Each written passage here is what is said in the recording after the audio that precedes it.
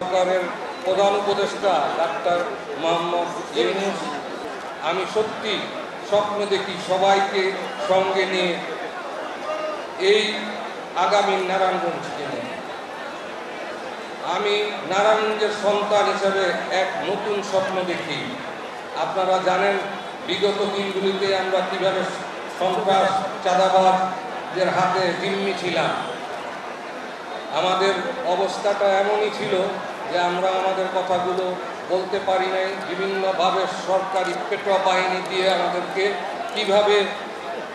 কিভাবে হামলা মামলা গুম করে আমাদেরকে কথা বলার স্বাধীনতা থেকে বিরত রেখেছিল। আজকে এই যে ছাত্র জনতার যে ত্যাগ, এই ত্যাগের মাধ্যমে আমরা একটা নতুন বাংলাদেশ দেখার স্বপ্ন দেখেছি। ইনশাআল্লাহ আমরা এই স্বপ্ন আপনাদের মাধ্যমে বাস্তবায়ন করব। এখানে অনেক বড় বড় সমস্যা আছে যেটা নিয়ে আমরা সবাই মিলে কাজ করতে চাই। প্রত্যেকটা দলের একটা ম্যানিফেস্টো আছে, প্রত্যেকটা দলের একটা গঠনতন্ত্র আছে। কোনো দলেই কোনো খারাপ কিছু নেই, সব দলেই ভালো আছে। এবং গণতন্ত্রের সৌন্দর্যের দিকটা হলো যে মত অনেক থাকবে, দিন শেষে একসাথে বসবাস করবে, সেটাই গণতন্ত্রের সুন্দর দিক। নারায়ণগঞ্জ বন্দরে কোনো ভালো হাসপাতাল নাই, আমরা সেতুর অনেক সমস্যা, এখনও স্বাধীনতার 54 বছর পার হয়ে ধনী একটা জেলা।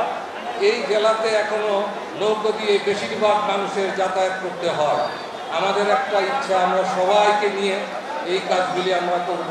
শহরে আমাদের যানজট আছে, ট্রাফিক আছে, মাদক সমস্যা আছে, কিশোর গ্যাং নামে যেই ছেলেপিলেগুলিকে নিয়ে ব্যবহার করা হচ্ছে রাজনৈতিকভাবে, আমরা সেগুলি নিয়ে কাজ করতে চাই। যদি আপনাদের সবার সহযোগিতা থাকে ইনশাআল্লাহ আমরা কাজ করব।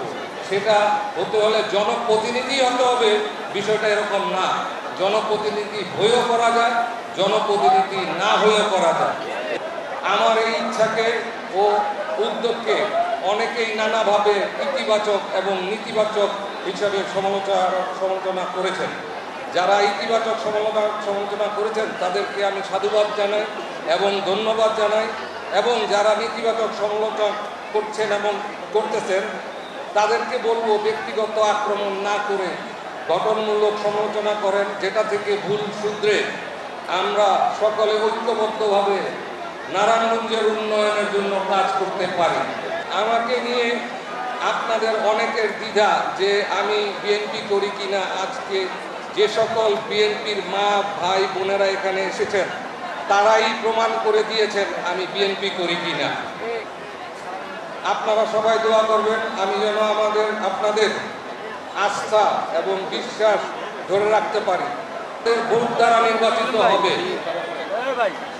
এবং আমি বিশ্বাস করি, আমি আস্থা রাখি আপনারা সঠিক কাজগুলি করবেন, আপনারা সঠিক দাবিগুলি জানিয়ে যাবেন। যারা আস্থা ও বিশ্বাস নিয়ে এখানে উপস্থিত হয়েছেন, আমাদের জয় ইনশাআল্লাহ হবে। তৈরি থাকুন।